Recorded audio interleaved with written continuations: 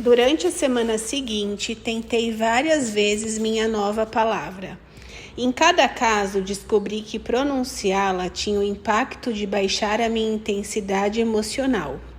Às vezes me fazia rir, mas no mínimo impedia que o ímpeto de ficar transtornado me levasse a um estado de raiva.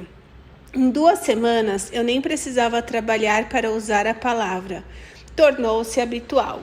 Passou a ser a primeira opção ao descrever minhas emoções e descobri que não mais entrava no estado de raiva extrema.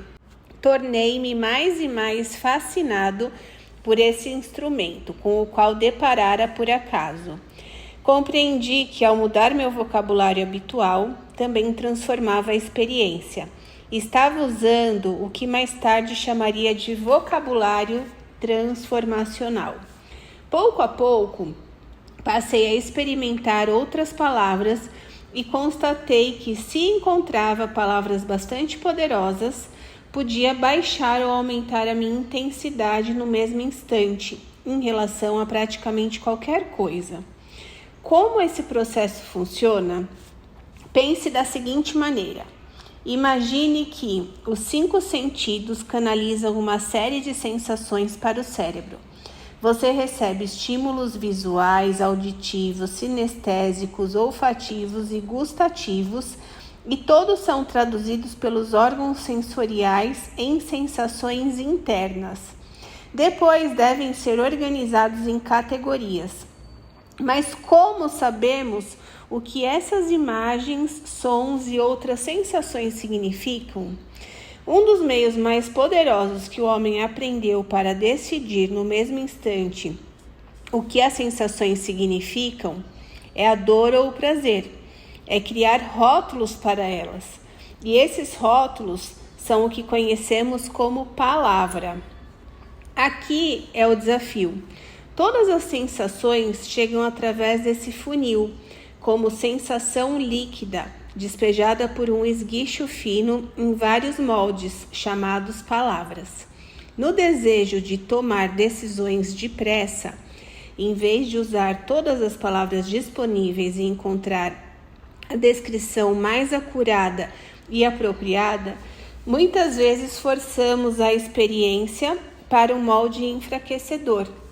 E assim formamos os moldes que definem e transformam a nossa experiência de vida. Infelizmente, a maioria das pessoas não avaliou de maneira consciente o impacto das palavras que se acostumou a usar.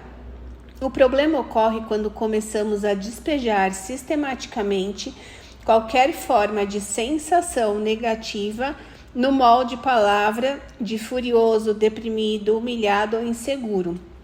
E essa palavra pode não refletir com precisão a experiência concreta.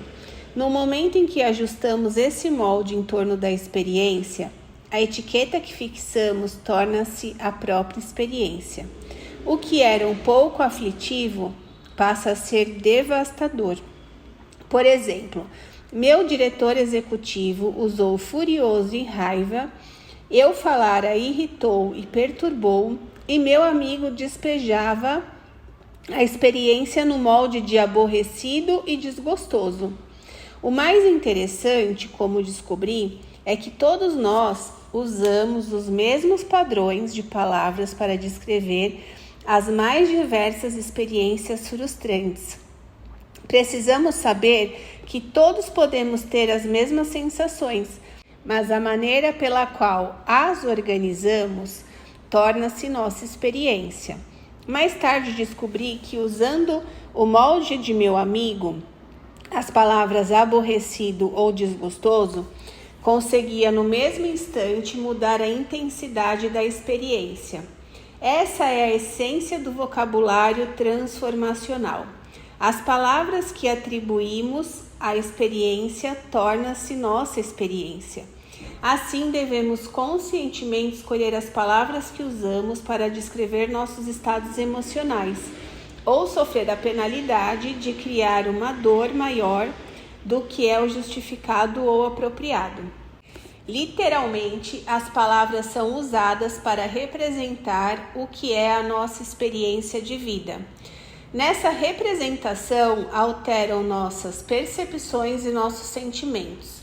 Lembre-se, se 3 pessoas podem ter a mesma experiência, mas uma sente raiva, outra sente irritação e a terceira apenas fica aborrecido, então é evidente que as sensações estão sendo mudadas pela tradução de cada pessoa, ou seja, pelo que ela tem dentro dela, né? Como as palavras constituem nosso instrumento primário para interpretação ou tradução, a maneira como rotulamos experiências imediatamente muda as sensações do nosso sistema nervoso. Devemos compreender que as palavras criam de fato um efeito bioquímico dentro do nosso corpo. Se você duvida disso, eu gostaria que considerasse sinceramente se existem ou não palavras que, se usadas por alguém, criam no mesmo instante uma reação emocional. Se alguém lança contra você uma injúria racial, como você vai se sentir? Ou se alguém xinga com um palavrão, por exemplo, isso não pode mudar o seu estado? Não produziria um nível diferente de tensão em seu corpo se alguém te chamasse de anjo ou de gênio? Todos vinculamos tremendos níveis de dor a determinadas palavras. Quando entrevistei Dr. Léo, ele partilhou comigo as descobertas de uma pesquisa numa universidade americana do leste no final de 1950. Perguntaram às pessoas: como você define o comunismo? Uma quantidade espantosa de pesquisadores se mostrou aterrorizada com a mera pergunta, mas não muitos foram capazes de oferecer uma definição objetiva. Mas todos sabiam que era uma coisa horrível. Uma mulher chegou ao ponto de dizer: não sei realmente o que isso significa, mas é melhor que não haja nenhum em Washington.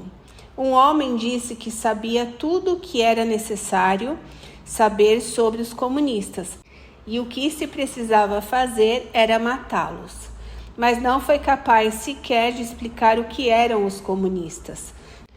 Não há como negar o poder dos rótulos para criar sensações e emoções.